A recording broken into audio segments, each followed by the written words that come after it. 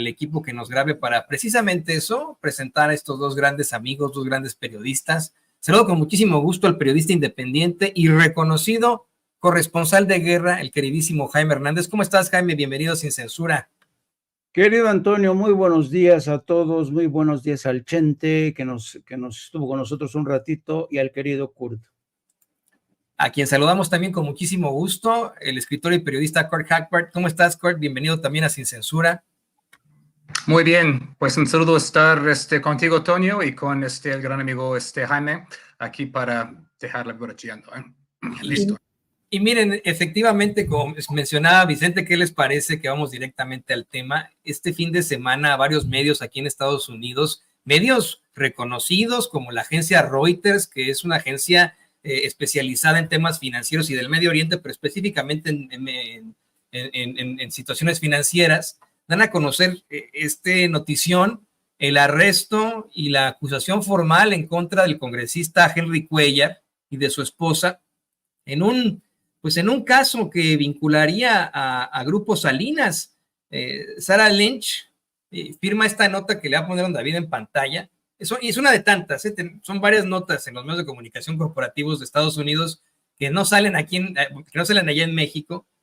Dice Sarah Lynch: el representante estadounidense Henry Cuellar y su esposa fueron acusados de supuestamente aceptar cerca de $600,000 en sobornos en dos planes destinados a beneficiar a una compañía energética estatal de Azerbaiyán y a un banco no identificado con sede en México, según mostraron documentos judiciales. La acusación federal, devuelta por un gran jurado en Texas el martes y revelada este viernes, dijo que los sobornos fueron lavados a través de contratos de consultoría falsos en empresas fantasmas, propiedad de Imelda Cuellar, la esposa del congresista demócrata desde diciembre de 2014 hasta al menos noviembre de 2021. A cambio, dice que Henry Cuellar intentó utilizar su posición pública para influir en la política exterior estadounidense a favor de Azerbaiyán y presionar a funcionarios del gobierno estadounidense para que ayudaran al banco mexicano a ejercer presión contra las políticas antilavado de dinero y las regulaciones sobre préstamos de día de pago que amenazaban su negocio. Antes de que se revelaran los cargos, Cuellar emitió un comunicado, dice Reuters, ¿no?, negando las acusaciones. Tanto mi esposa como yo somos inocentes de esas acusaciones, dijo Cuellar. Y quiero irme a la parte en la que se menciona Banco Azteca, queridos compañeros, ¿no? Hay una parte en la que la reportera, la periodista, dice que la acusación de 54 páginas identifica al banco solamente como, y así le pone, pues ahí, Foreign Bank Number One, lo que sería Banco Extranjero número 1, una institución con sede en la Ciudad de México que realiza préstamos de día de pago en Estados Unidos y es parte de un holding financiero y minorista mexicano que también es propietario de una empresa de medios mexicana. Aquí ya pues nos damos cuenta que se trata de Grupo Salinas, pero es la misma periodista la que lo dice, ¿eh? Dice, esto parece coincidir con Grupo Salinas, un conglomerado en expansión controlado por el multimillonario mexicano Ricardo Salinas, cuyo imperio empresarial incluye a Banco Azteca. La acusación también proporciona detalles de identificación de un ejecutivo bancario que parece coincidir con un ejecutivo recientemente jubilado de Banco Azteca. Y les digo, no es el único. Es una nota que también lleva, por ejemplo, The Hill, que es una revista especializada en política acá en Estados Unidos. Esta nota es una nota que lleva más en el ramo noticioso editorial al mismo tiempo, porque no la firman. No, sí, la firma Rebecca Bates. Y bueno, al punto que vamos aquí es que no se trata, señoras y señores, de algún tipo de acusación vana emanada de Sin Censura, que nos hayamos sacado de la manga, sino el cuestionar. Comenzamos contigo, Jaime. En primer lugar, ¿por qué no lo sacan los medios de comunicación corporativos? Y en segundo lugar, ¿por qué, si el señor Ricardo Salinas Pliego es tan participativo en redes sociales, no ha dicho algo al respecto de esta acusación y que se le sigue a Henry Cuellar, en el que lo relacionan a él directamente? Pues mira, a mí no me extraña que los medios corporativos no hayan sacado nada o no hayan hecho seguimiento de este escándalo que ahora apunta hacia Henry Cuellar. Entre otras cosas porque Henry Cuellar ha sido durante mucho tiempo un cabildero de los más experimentados en territorio mexicano. Henry Cuellar arranca su labor como cabildero desde hace ya bastante tiempo.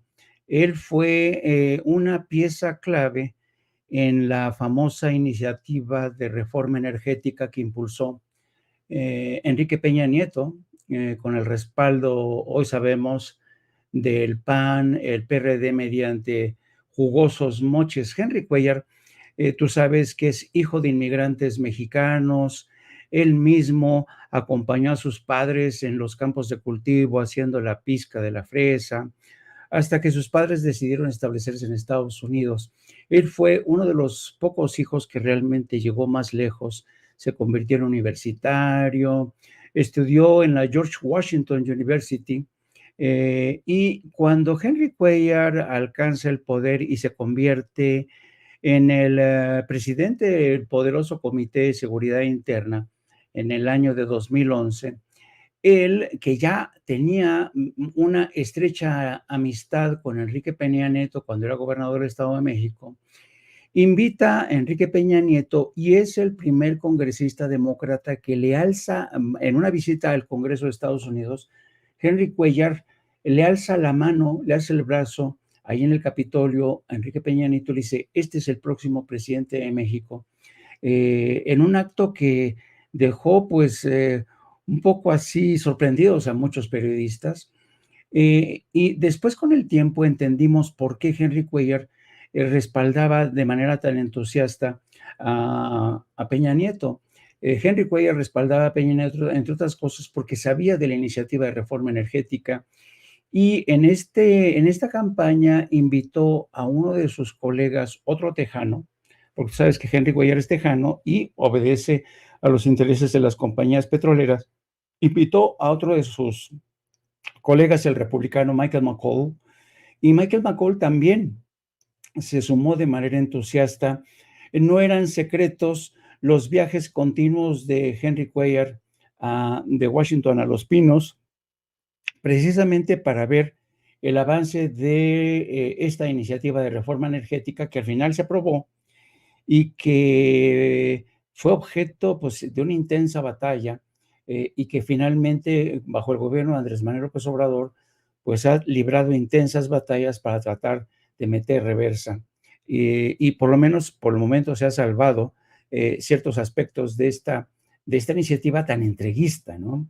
Entonces, Henry Cuellar siempre ha jugado este papel de cabildero. A mí no me extraña que ahora está acusado de jugar con esto, con Azerbaiyán, y tampoco me extraña que lo esté en el caso de Banco Azteca. ¿Por qué? Porque él ya tenía experiencia. Él ya estaba bastante curtido en la labor de cabildero aquí en México. Y es muy interesante que también haya decidido jugar a favor de Banco Azteca.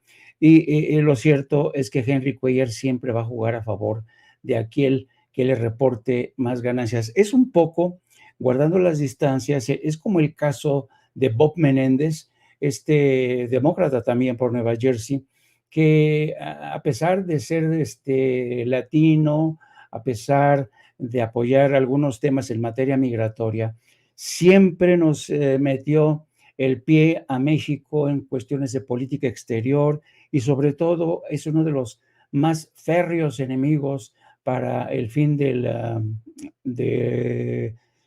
¿cómo se llama?, del embargo contra Cuba. Y hace poco nos enteramos que Bob Menéndez recibía hasta lingotes de oro del gobierno egipcio. Entonces, para que vean cómo a veces los demócratas, híjole, y además a mí en lo personal me da un poco de vergüenza, de pena ajena, que este hijo de inmigrantes mexicanos se haya convertido realmente en un empresario, en un cabildero que ha ido en contra de los intereses del país que le vio nacer, aunque hoy ya sea estadounidense.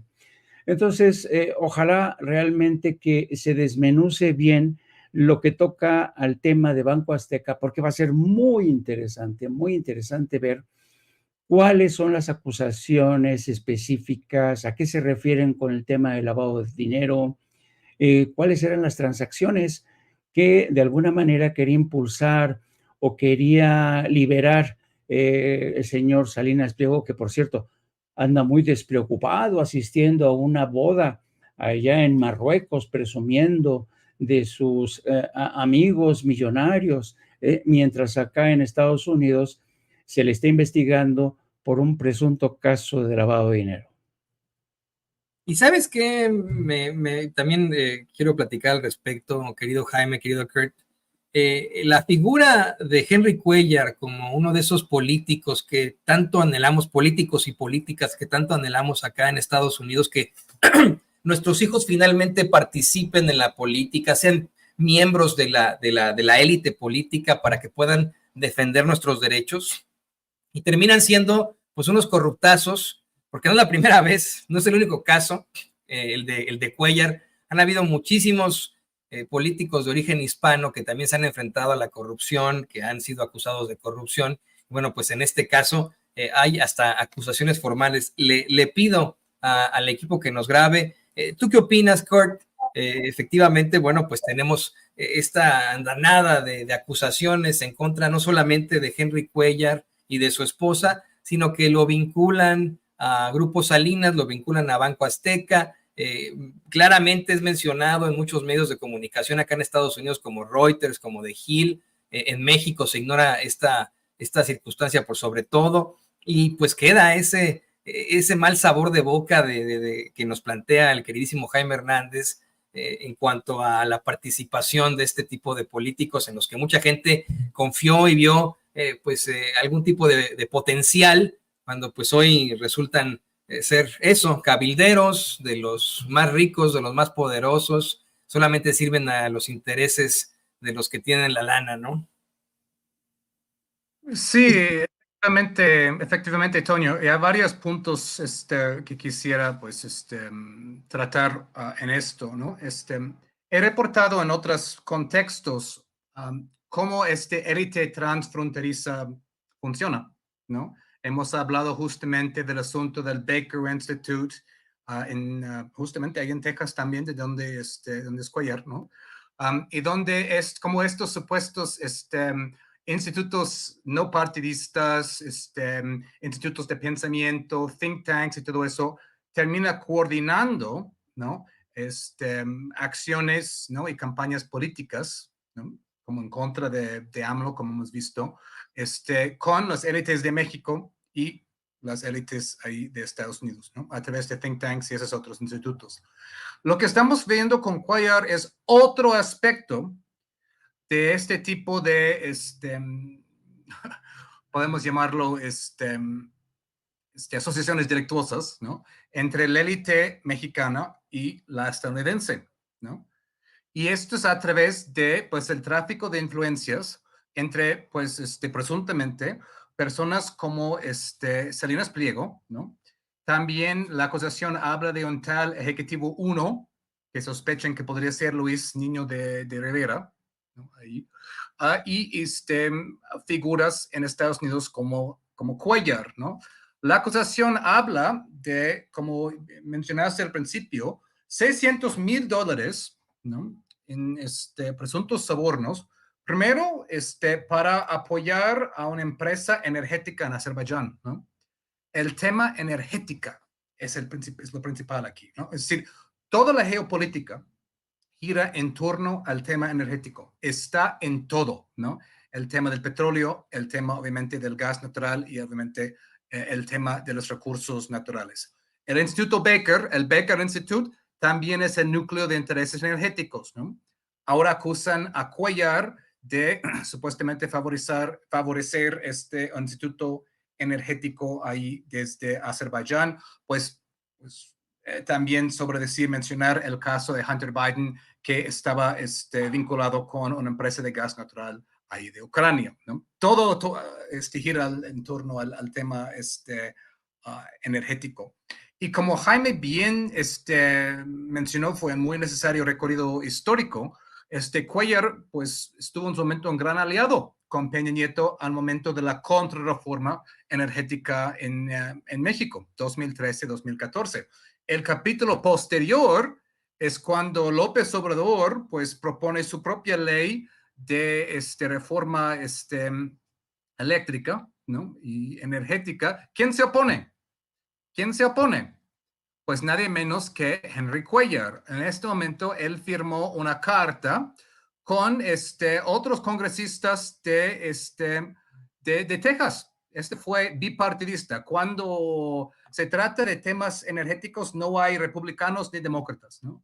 Fue una carta firmada por John Cornyn y Ted Cruz, republicanos, y Cuellar y Michael McCaul dijeron que las nuevas políticas energéticas de México iban a discriminar en contra de los productores energéticos estadounidenses y que iba en contra del Tratado de Libre Comercio, ¿no? El USMCA. Esas acciones violan el espíritu y la letra del tratado y hay que tratar estos temas, ¿no? Entonces, Cuellar, pues, es una de las figuras que ha estado intentando usar el nuevo tratado, actualizado Tratado de Libre Comercio, con tal de intentar atacar, pues, las reformas energéticas de López Obrador. Entonces, vaya, este es el siguiente capítulo en esto, ¿no? Otra cosa que es interesante, ahora que estamos hablando de este tema, ¿no?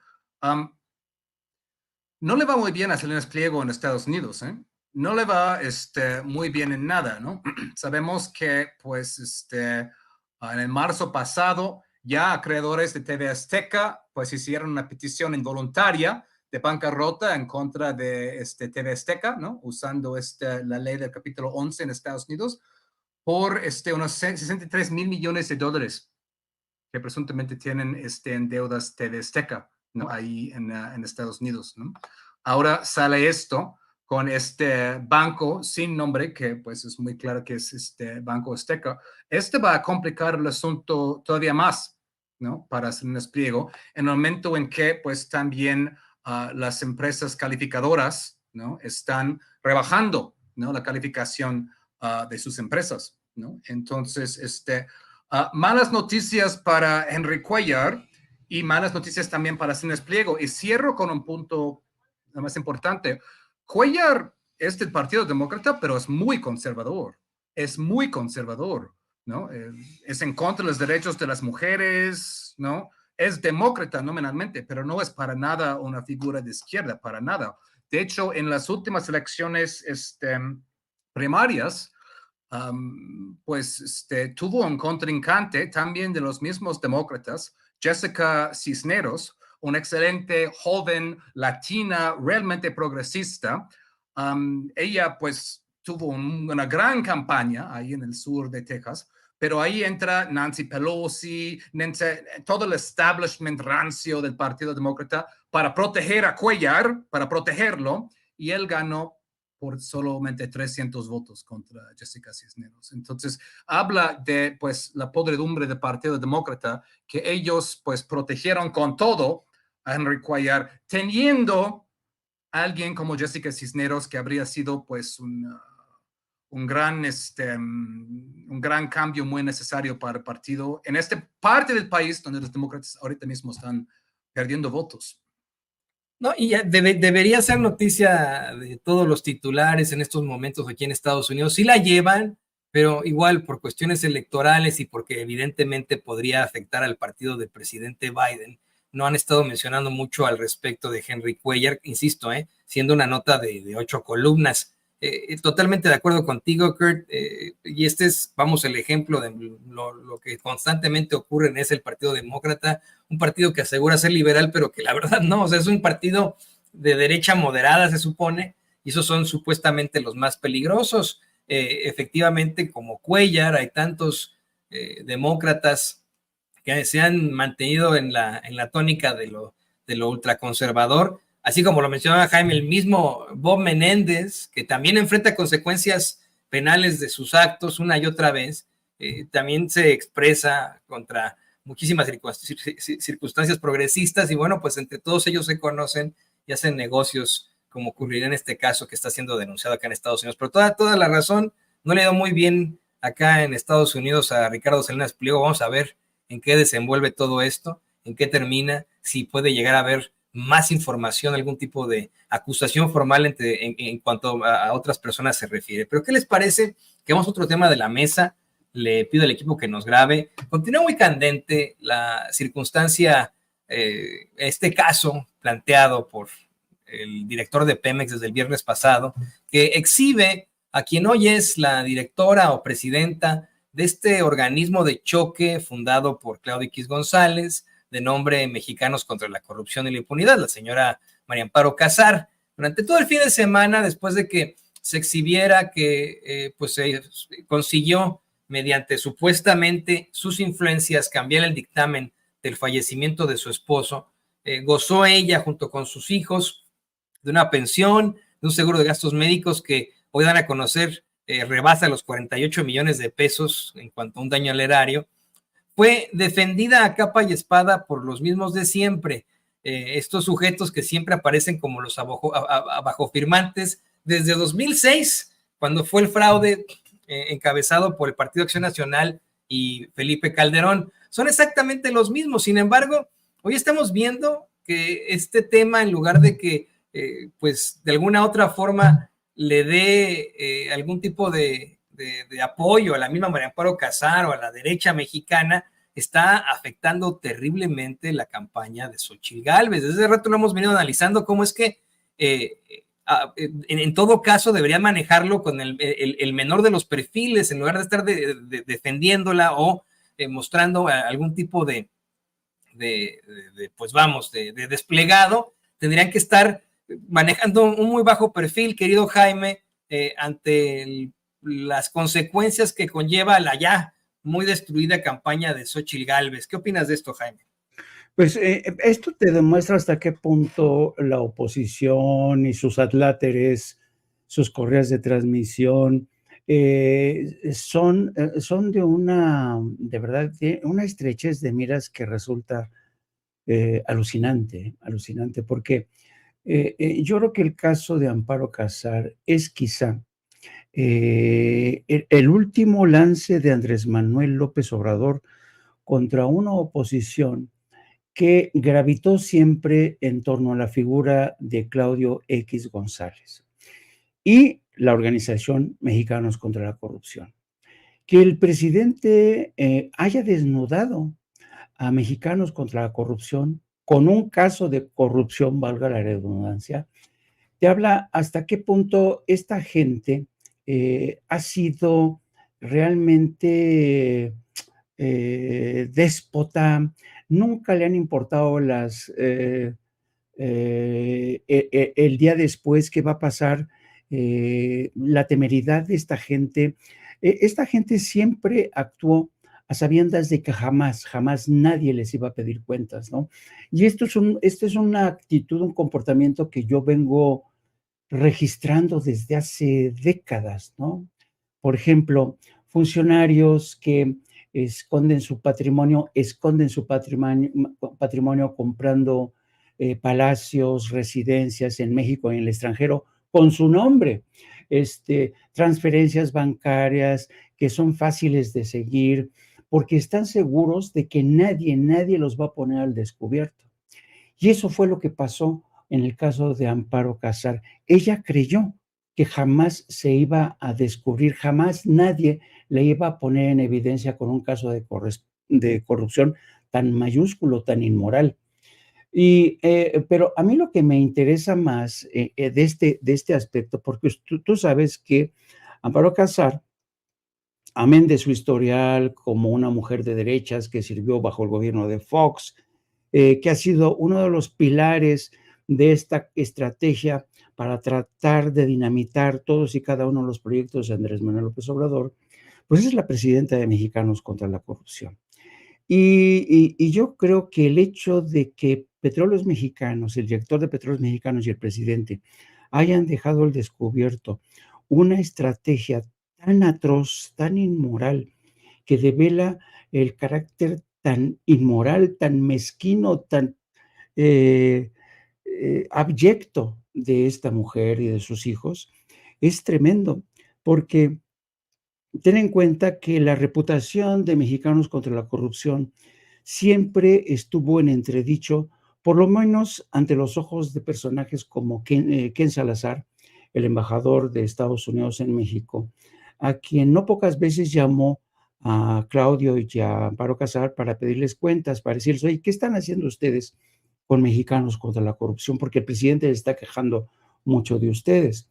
Y hay una entrevista que seguramente ya vieron ustedes, que le hace una entrevista de estas de recámara muy cómodas de León Krause con Amparo Casar. Y hay un punto, un episodio de esa entrevista en la que ella le dice, bueno, nosotros nacemos en el 2016 y el propósito era combatir la corrupción. Y Claudio X González, a sabiendas de que yo era experta en temas de corrupción, me busca, me dice, oye, ¿qué te parecería a ti encabezar? Yo dije, bueno, pues vamos ahí, ¿no? Empieza a rodar este tema con una unidad de investigación de periodística especial y con un departamento que le pusieron litigaciones estratégicas, ¿no? Que es muy interesante, porque ponen la unidad de investigación especial que se encarga de sacar los temas que más les interesaban y acto seguido lanzar amparos a través de un centro, de una unidad de litigación estratégica, como le pusieron. Pero luego, cuando son llamados a capítulo por el embajador que les dice, oigan, ¿qué están haciendo? ¿Por qué ustedes están litigando contra los sectores? Entonces, Amparo Casar se ve la necesidad de eliminar ese departamento de litigación estratégica a instancias del gobierno de Estados Unidos porque no estaba en la carta constitutiva de esa organización, no estaba contemplado eso. Claro, ellos lo añadieron porque así convenía a sus intereses. Luego hay otra parte de la entrevista en la que dicen, nosotros lo que queremos es ir en contra a la tendencia de este presidente desinstitucionalizar al país.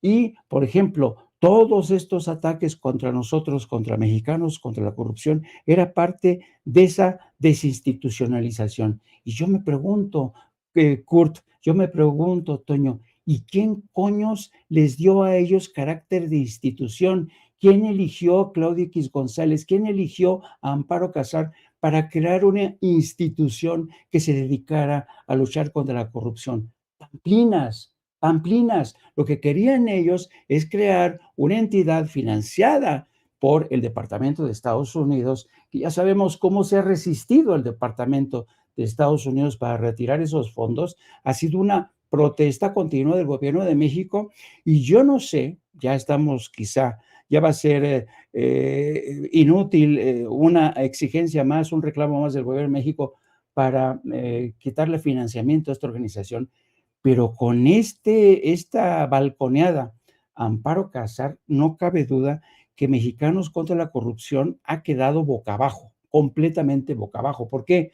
Porque se han quedado en evidencia como una institución contra natura, que va contra sus propios principios, que la presidenta es una corrupta, que durante 20 años cobró una pensión que ya quisieran cobrar, muchísimos mexicanos. ¿Cuántos mexicanos hay que tienen una pensión mísera de 3,000 pesos? Y durante este fin de semana, y aquí hay que agradecerle a medios como el de Nancy Flores, ¿cómo se llama? Contralínea, ¿no?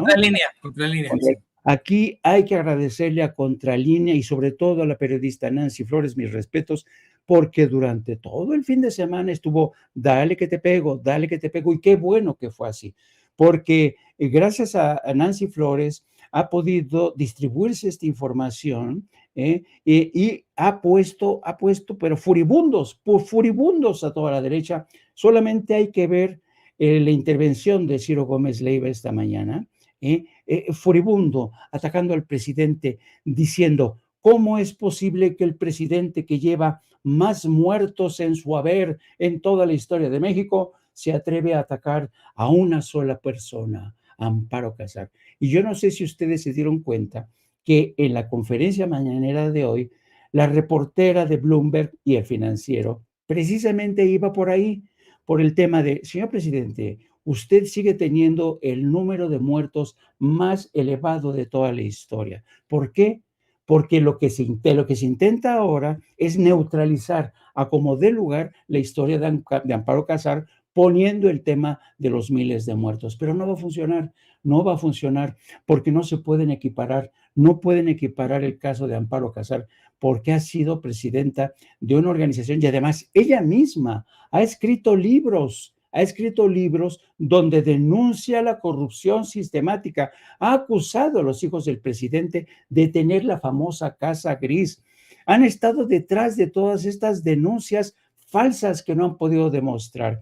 Entonces, yo creo que a veces la venganza se sirve en plato frío y yo me alegro muy mucho que esta mujer finalmente pase a rendir cuentas, que reintegre los 31 millones de pesos que se embolsó, porque esos 31 millones de pesos le hacen falta muchísimo al pueblo de México. ¿No? De hecho, dijeron que eran más de 48 millones de pesos, sí. Imagínate, ¿no? En la mañana dijeron que eran más de 48, es una lana impresionante, efectivamente, que le corresponden al pueblo de México. Uno no dice, bueno, a ver, pobre familia, se quedaron sin uno de sus miembros más importantes, un papá y etcétera, pero no les dieron una pensión que le dan a cualquier trabajador de Pemex, ni una pensión que le dan a cualquier trabajador X en la vida, les dieron una pensión que asciende en cuanto a todo un daño a la hacienda pública de más de 48 millones de pesos. Le pido al equipo que nos grabe para también escucharte a ti, Kurt. Efectivamente, como bien menciona Jaime, finalmente puede enfrentarse ya a ese estrato que desde hace muchos años está intentando golpetear este sexenio, este gobierno, el gobierno del presidente Andrés Manuel López Obrador. Ha quedado exhibida la realidad de Mexicanos contra la Corrupción y la Impunidad, no como un medio de comunicación, una plataforma mediática, sino como un organismo de choque que pues fue fundado evidentemente por Claudio X González. Y así como menciona Jaime, bueno, no solo perdieron toda su credibilidad con este caso, sino que están completamente boca abajo. Una cosa es que salgan los pseudointelectuales a hacer sus desplegados pedorros, a dar sus firmas, a decir somos, como dice Jaime, la institución y la autoridad aquí que decimos que esto está mal. Y otra cosa muy distinta a lo que opina la gente que escucha todo este tema y que dice, no, pues sí fue una tragedia horrible a la que se enfrentó esa familia, pero esta señora no debió por qué lucrar con la misma, ¿no? ¿Qué opinas, querido Kurt? Pues justamente, Antonio, por eso este fin de semana, pues hice un tweet dirigido a la jefa de USAID en Estados Unidos, Samantha Power. Samantha Power, que por un lado es una académica, pues, experta en genocidios, que por su mera presencia en el gobierno de Biden está facilitando un genocidio, ¿no? Pero ella no ve, no oye, ¿no? Pues también en este caso, ¿no? No ve, no oye, porque USAID financia a mexicanos contra la corrupción y la impunidad. Como bien dice Jaime, eso fue una de las razones de ser de MCCI, de formar esta organización para poder captar dinero del gobierno de Estados Unidos, ¿no? Que a pesar de muchas cartas de López Obrador, no han quitado. En los años clave ahí, cuando Claudio X González estuvo ahí cobrando su jugoso salario ahí, USAID fue el donador principal de esta organización, el donador principal, ¿no? Entonces, Samantha Power, ¿no? Ahí también tiene cosas que contestar acerca de por qué Estados Unidos sabidamente sigue financiando lo que es efectivamente su propia organización frente en México para incursionar en la política mexicana detrás de una fachada, porque es lo que hacen, ¿no? Muy claramente. Ahora, en cuanto a el caso de Amparo Casar en particular, yo estuve pensando mucho este fin de semana. Yo, como todos saben, pues estoy radicado aquí en Oaxaca, ¿no? Que es un estado hermosísimo de cultura, de cocina, de muchas cosas, ¿no? Arte, pero que históricamente ha sufrido de muy bajos salarios, ¿no? Estuve pensando, por ejemplo, en el caso de mi suegra, que es una sastre muy talentosa, ¿no? Que gana, si bien le va, unos 7,000 al mes, ¿no?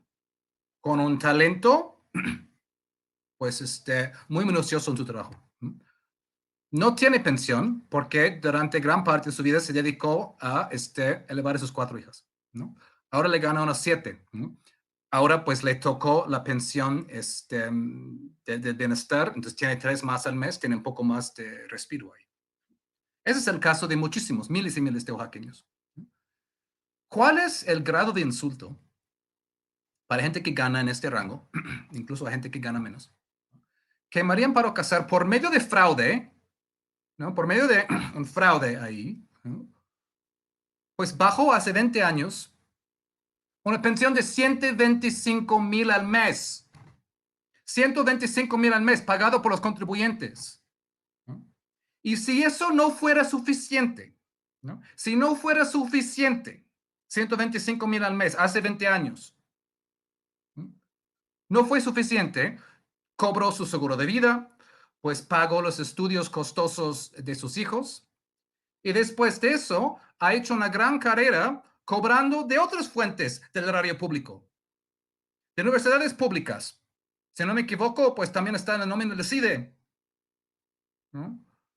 Del Canal 11. Esta gente no tiene llenadera. Y todo por medio del erario público, mientras fustigan contra los programas sociales que dan un mínimo de justicia social a gente como la gente en Oaxaca que gana 7,000 al mes y bien les va. Es extraordinario el tamaño de cara dura, de desfachatez de esa gente, ¿no? Y luego Amparo Casar estaba ahí criticando a la corrupción de Petrobras, criticando la corrupción de Pemex, cuando ella es una figura central en eso, ¿no? Podría ser en el cartel de la corrupción de Pemex. Y luego cobrando de todas las demás fuentes. Dicen que estaban cobrando pues 1,5 millones al mes. Con todo y todo, ¿no? Con sus artículos y bla, bla, bla. Pero gran parte de eso del erario público. Y gran parte de eso mal habido. Mal habido. Y este es un resumen de una clase de gente, ¿no? Vinculada, ¿no? Como mencionamos, a sus amigos y socios internacionales, en este caso USAID, que se crean encima de la ley, encima de cualquier, pues en cualquier llamado, y además gente moralmente superior a mi suegro que gana 7,000 al mes, haciendo vestidos, sin pensión, hasta hace 2 meses. Moralmente superiores a ellos por ese tipo de discurso de Chumel Torres que mencionaste hace unos minutos, ¿no? Yo gané todo por mi propio esfuerzo. Falso, mentira. Falso, mentira. Lo ganaron por fraude de horario, por fraude de los mexicanos. Y luego burlándose del resto y diciendo que esos programas sociales son básicamente para flojos porque los mexicanos quieren vivir cómodamente. ¿Saben qué? ¿No? El promedio de trabajo, de horas de trabajo al año en la Organización para la Cooperación y el Desarrollo Económico, ¿no? La famosa OCDE, son 1,752 horas al año. ¿Cuántas horas trabajan los mexicanos al año? 2,137. Los mexicanos trabajan casi 500 horas al año más que el promedio de los países de la OCDE. Entonces, ¿de dónde viene eso que los mexicanos son flojos y no trabajan? Trabajan mucho más que en otros países. Y, debido a 30 años del PRIAN por salarios de miseria. Y ahora, luego, pues sale Azucena Oresti diciendo, fue un error. Es lo más que puedo decir, un error. ¿Un error? ¿Falsificar un acta es un error? ¿No? O Ciro, como mencionamos, ahora que se pone tono digno, ¿no? Además, esa gente luego se pone digna. Después de todo ese show. Son ellos los que se ponen dignos. Entonces, no tengo más que decir respecto a en este momento, pero me parece una desfachatez nivel 1000. Sí, no, es muy infame el actuar de este tipo de personajes que llegan a la academia, a los mejores puestos del empresariado, a los mejores puestos del gobierno, de los medios de comunicación, por lo que yo considero es, y así le hemos puesto aquí en Sin Censura, una mediocridad privilegiada. ¿Cuántas personas como la suegra de Kurt Hackbarth no se merecen un mejor puesto, un mejor ingreso, pero debido a la falta de oportunidades no han conseguido ubicarse en este tipo de lugares. ¿Cuántos genios en estos momentos no están vendiendo elotes con un carrito allá afuera o tamales, pero no tuvieron esa oportunidad como si la tuvieron estos mediocres para que lleguen a pues ocupar los puestos, los mejores puestos y que aparte todos sean corruptos, ¿no? Y bueno, creo que fue una mesa de análisis muy interesante, queridos compañeros. Yo les agradezco que podamos haber platicado de estas circunstancias tan a fondo. Estábamos contigo, Kurt. Por favor, compártenos tus redes sociales para que la gente se ponga en contacto contigo. Muchas gracias, Toño. Un gusto estar contigo, Vicente, Jaime, como siempre. Pues yo escribo en la revista Jacobin. Tengo un nuevo artículo que está por salir acerca del caso de Ecuador y los intereses de Estados Unidos en usar a Noboa para, pues, ampliar sus intereses en toda América del Sur. Esto va a ser en estos días en Jacobin. También escribo en la revista Sentido Común, aquí en México. Y tenemos nuestro podcast Soberanía, The Mexican Politics Podcast. Es un podcast en inglés cuyo fin es romper el cerco mediático, pues ahí para todos los que viven en países angloparlantes. Ahí estamos en YouTube, Spotify y Apple Podcast. Ahí lo tiene usted, el escritor y periodista Kurt Hackbarth. Querido Jaime, también por favor compártenos tus redes sociales para que la gente se ponga en contacto contigo. Sí, mira, no sin antes decir esto, a mí me ha conmovido mucho, la verdad, la forma en que Kurt Hackbarth ha defendido el caso de su suegra, y me encanta porque yo me acuerdo que cuando andaba yo recorriendo Estados Unidos haciendo reportajes sobre los migrantes, me acuerdo que entre los migrantes había una expresión cada vez que iban a un médico que los salvaba, iban con una persona de Estados Unidos, ciudadano de Estados Unidos que los protegía, y decían, esos son de los güeros buenos. Así les decían. A mí me encanta escuchar a Kurt Hackbarth cuando habla con tanta pasión y tanta enjundia de su suegra, porque es un caso realmente lastimoso. Así es que yo diría que me encanta que Kurt Hackbarth sea de esos güeros buenos que defiende su parte mexicana. Y dicho esto, pues dentro de una hora, poco más de una hora y media, o poco menos de una hora y media, estaremos aquí en No Apto para Cínicos para hablar de estos temas y más. Y ya saben, me pueden seguir también a través de mis redes sociales, @JaimeJorno. Un placer coincidir contigo, Kurt, y contigo, Toño. Un abrazo a los dos. Ahí tiene también al periodista independiente y legendario corresponsal de guerra, Jaime Hernández, aquí en Sin Censura. También concuerdo con él en cuanto a todo lo que dice sobre Kurt Hackbarth. Muchas gracias, compañeros. La mesa de análisis aquí en Sin Censura. Y mire, le pido